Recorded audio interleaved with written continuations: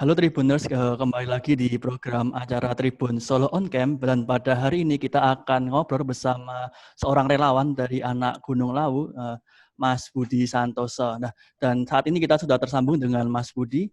Nah, selamat sore Mas Budi, apa kabar? Selamat sore, kabar baik. Salam sejahtera selalu.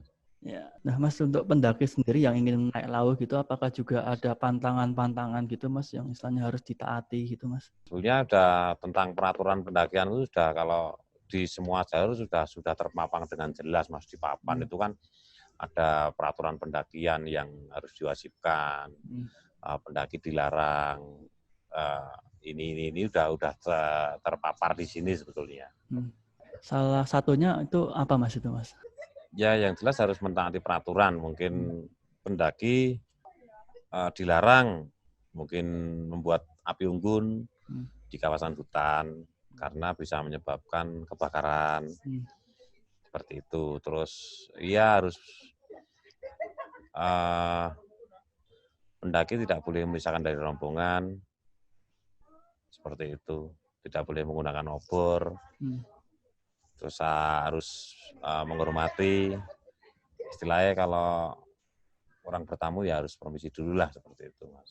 Mas kan ini kan juga kalau misalkan naik gunung kan ada persepsi harus istilahnya jumlahnya genap dan sebagainya biar untuk menghindari hal-hal yang tidak diinginkan gitu Mas. Nah ini apakah berlaku juga di Lawu gitu Mas itu? Enggak juga sih Mas itu. Itu mungkin hanya apa ya istilahnya, hanya kayak mitos-mitos seperti itu. Masalahnya untuk Lawu sendiri juga ada dua versi pendaki ya. Yang jelas pendaki yang betul-betul pendaki. Yang kedua pendaki ritual itu, karena Lawu sendiri juga dikenal dengan apa ya, dengan mistiknya yang masih sangat kuat. Dan di Lawu sendiri juga banyak peninggalan-peninggalan dari kerajaan Majapahit juga. Berarti istilahnya ada nilai-nilai kepercayaan sendiri ya, khususnya untuk beberapa orang ya Mas ya, untuk tentang mitos-mitos itu sendiri, khususnya untuk Jalak Lawu ini sendiri ya Mas ya. Iya, Nje. Karena mungkin juga dulu ada kejadian menangkap dan membawa pulang, akhirnya diimpeni atau seperti apa, disuruh mengembalikan, nah seperti itu. Itu juga ada juga. Ya. Oh pernah kejadian Mas itu Mas itu? Iya ada, seperti dulunya ada seperti itu. Jadi mungkin terus ya akhirnya dihubungkan sama mitos-mitos itu tadi. Dan kemudian sampai saat ini pun jumlah Jalak Lawu pun istilahnya masih terjaga gitu ya Mas ya? Masih terjaga sampai sekarang. Banyak Mas ini Mas yang di Jalak Lawunya sendiri Mas untuk saat ini? Banyak juga Mas, habitatnya masih bagus, masih banyak. Bahkan di setiap perjalanan pendaki selalu pasti Jalak Lawu itu selalu mengiringi perjalanan mereka. Jadi, itu menjaga gitu ya, kalau misalnya tanda kutip menjaga mereka gitu ya Mas ya? Ya mungkin Jalak Lawu itu sendiri sudah terbiasa dengan aktivitas manusia, jadi mereka mendekat. Nah, mungkin pendaki sendiri ngasih makan atau apa, jadi ya udah terbiasa dengan aktivitas manusia, jadi Jalak itu sudah nggak takut sama manusia. Nah Mas, kemudian ini kan para pendaki ini kan juga istilahnya mulai banyak banget yang kemudian membludak untuk di jalur pendakian Gunung Lawu, Pak, termasuk di Cemoro Kandang, Candi Ceto dan sebagainya ini Mas. Nah, jenengan sebagai relawan ini melihat fenomena semacam ini seperti apa Mas? Apalagi kan selama hampir 4 bulan atau bisa dikatakan hampir 4 bulan itu alam sendiri kan juga istilahnya dalam fase recovery juga ya Mas. Itu gimana Mas melihat kondisi semacam yang kemudian membludak sampai ribuan orang gitu? Ya yang jelas selama ditutup dalam kurun waktu 3 bulan itu karena pandemi COVID itu, mungkin pendaki sendiri udah apa ya Mas, udah jenuh lockdown di rumah atau jadi udah istilahnya haus gitu. Ya udah seketika dibuka ya mereka kan ya itu tadi berlomba-lomba, jadi gunung tuh udah kayak pasar malam. Nah, kemarin pada waktu awal dibuka itu berapa orang Mas yang naik Mas kemarin? Ya lumayan banyak juga sih Mas. Jadi emang kalau Cemoro Kandang sendiri biasanya kalau malam minggu Mas, malam minggu kalau weekend gitu.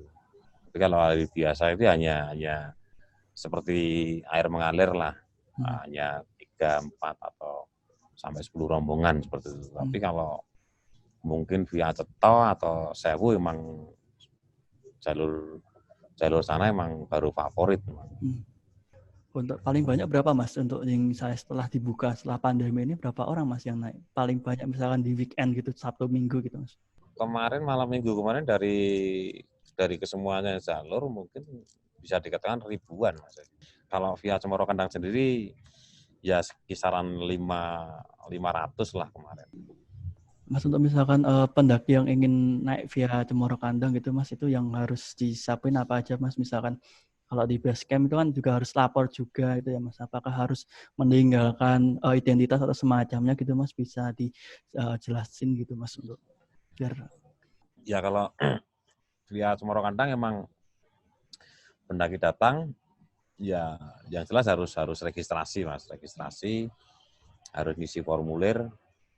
Di situ entah rombongan berjumlah 15 orang ya nama mereka harus terdata semua. Harus terdata semua, nama, alamat lengkap, ya identitas lah istilahnya. Terus nanti kalau KTP itu hanya perwakilan aja, salah satu dari rombongan itu harus meninggalkan satu KTP gitu. Ada biaya misalkan biaya untuk tiket gitu dan semacamnya gitu Mas? Ya, biaya tiket per orang 20.000 Mas. Itu kan kemarin kan juga sampai membludak itu kan pos 5, pos 4 pun juga penuh sampai ada pendaki yang harus turun ke pos 3 untuk sekedar nge-camp juga gitu ya Mas ya. Ya, jadi di tiap-tiap area camp pasti udah full Mas. Yang pos 4 aja yang areanya luas saja udah sampai berdesak-desakan, apalagi pos 3 yang hanya tempatnya agak minim kan gitu. Ya. Tapi tetap ya Mas, tetap diingatkan juga ya Mas untuk jaga jarak dan sebagainya ya Mas untuk para pendaki sendiri. Iya Mas. Jadi tentang protokol kesehatan memang tetap kita tekankan ke situ juga sih. Nah Mas untuk misalkan kan remaja kan dalam bisa dikatakan pendaki pemula gitu ya Mas. Nah ini ada tips-tips nggak sih Mas untuk mereka yang kemudian mengawali untuk mendaki misalkan khususnya di Gunung Lawu gitu ya Mas? Yang jelas untuk pendaki ya kita sebenarnya sudah sering mengedukasi juga sih Mas. Ya tentang yang jelas tentang perlengkapan lah. Perlengkapan memang tetap harus safety kan itu. Karena perlengkapan sangat penting kan. Banyak edukasi yang kita berikan sebenarnya tentang perlengkapan, tentang sampah harus dibawa turun. Ya banyak sekali. Tapi ya namanya kadang orang banyak Mas, jadi ada yang taat, ada yang melanggar, itu yang jelas pasti ada lah. Mas kan terkaitan sampah ini Mas, dan kemarin udah ribuan ya Mas, apakah untuk sampahnya sendiri Mas di puncak Lawu sendiri seperti apa Mas ini Mas? Apakah ada yang meninggalkan sampah atau semacamnya gitu? Kalau meninggalkan sampah jelas Mas, pendaki yang bisa dikatakan pendaki yang sembrono, apalagi pendaki yang suka nyampah, dia akan selalu meninggalkan sampah. Tapi di sisi lain juga ada pendaki yang peduli dengan sampah. Ada yang kadang mengambilnya, membawa turun. Dan nanti kita juga berkala Mas, jadi melakukan kegiatan bersih-bersih itu kita rutin kita lakukan. Oke. Nah, Mas kemudian apakah juga ada yang coret-coret gitu Mas untuk yang di atas gitu misalkan kan terkadang kan ada juga pendaki yang usil gitu loh Mas. Ya tetap aja masih Mas, kemarin habis ada kejadian di Cemoro Sewu itu kan sempat terjadi vandalisme yang viral di media sosial kemarin. Nyoret-nyoret di batu itu kan di area pos pos 2 itu, di bawah pos 2 di Watu Jago itu kan kemarin sempat viral juga di media sosial. Tapi itu gimana untuk pelakunya sendiri belum diketahui ya Mas ya untuk itu? Belum tahu kalau saya pribadi Mas. Tapi untuk tempat lokasi yang dicoret-coret, sebenarnya udah dikondisikan sama teman-teman kemarin. Mungkin dihapus atau di. Nah, Mas ada himbauan gitu Mas untuk para pendaki gitu Mas, kan terlebih lagi kan beberapa hari ini atau beberapa minggu ini kan 3 kejadian pendaki itu hilang maupun meninggal di Jawa pun terjadi gitu ya Mas. Contohnya di Gunung Lawu, di Gunung Penanggungan, dan di Gunung Guntur sendiri. Nah ini himbauannya dari jenengan nih Mas sebagai relawan dan misalnya yang menjaga di Gunung Lawu gitu Mas, itu seperti apa Mas untuk himbauannya tadi? Ya himbauan bagi pendaki ya istilahnya jadilah pendaki yang cerdas gitu loh Mas. Jadi sebelum melakukan pendakian kita kan harus tahu dulu mungkin karakter gunung yang akan didaki. Terus apa ya? Ya banyak hal sebetulnya sih Mas. Tentang perlengkapan juga harus safety, kan? Menaati peraturan-peraturan yang sudah ada. Ya tentang sampah khususnya tentang peraturan-peraturan